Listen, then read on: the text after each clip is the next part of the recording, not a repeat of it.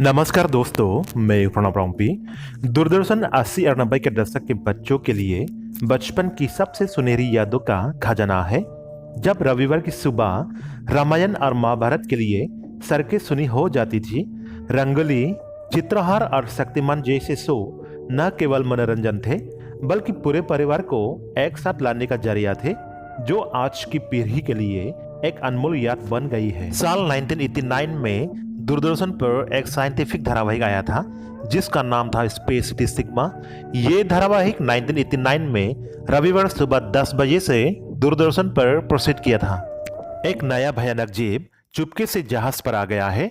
कमंदर तारा और उसके शहर को नष्ट करने के लिए जखाकू की ये नवीनतम चाल है, जो पृथ्वी को अपने आकाशगंगा साम्राज्य और ब्रह्मांड में शामिल करने की उसकी योजनाओं में अंतिम बाधा है।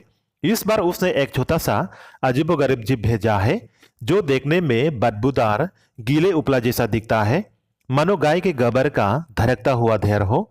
ये जीव अपने शिकारों पर झपटता है और उनकी जीवन शक्ति चूस लेता है।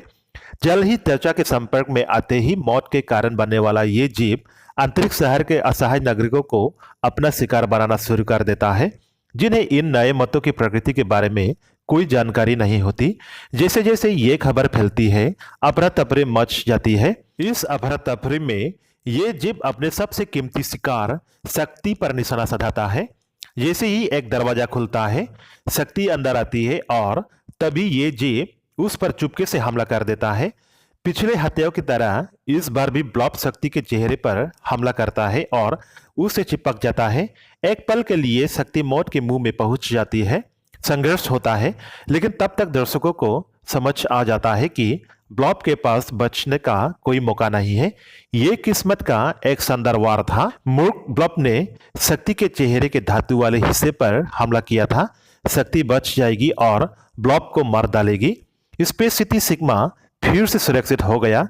जखाकू एक बार फिर से हार गया। 21 मई 1989 को पहली बार प्रसारित हुआ स्पेस सिटी सिग्मा भारतीय टेलीविजन का विज्ञान कथा के क्षेत्र में पहला कदम था।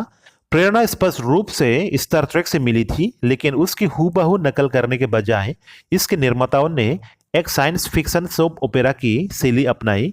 स्टार ट्रेक के विपरीत सिग्मा में एक खलनायक था और प्रत्येक एपिसोड की कहानी अच्छाई बनाम बुराई के इर्द गिर्द बनी गई थी।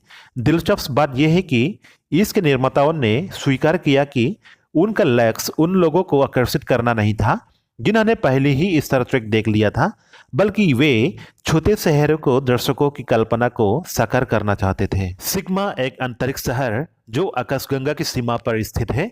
जखाकू नामक एक शासक द्वारा शासित एक और भी अधिक तकनीकी रूप से उन्नत विदेशी जाति के खिलाफ मनुष्यों का अंतिम मोर्चा है। कमंदर तारा यानी कृष्णकांत, जिनका संबंध नाटक से है और वे दिल्ली में साक्षी नाम से एक थिएटर ग्रुप चलाते थे।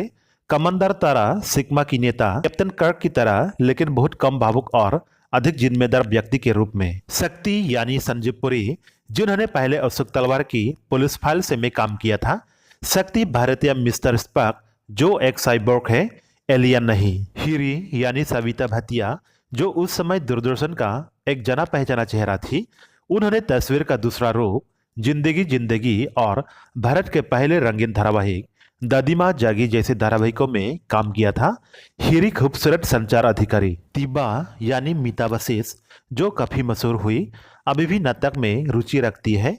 तीबा वो वैज्ञानिक जिससे कमंदर तारा के लिए कुछ आकर्षण हो सकता है। जखाकू यानी शैलेंद्र श्रीवास्तव, जो अभी भी भोजपुरी सिनेमा में सक्रिय है, एक मनवाकर पागल वैज्ञानिक एलियन जिसके महत्वाकांक्षा ब्रह्मांड पर प्रभुत्व स्थापित करना है।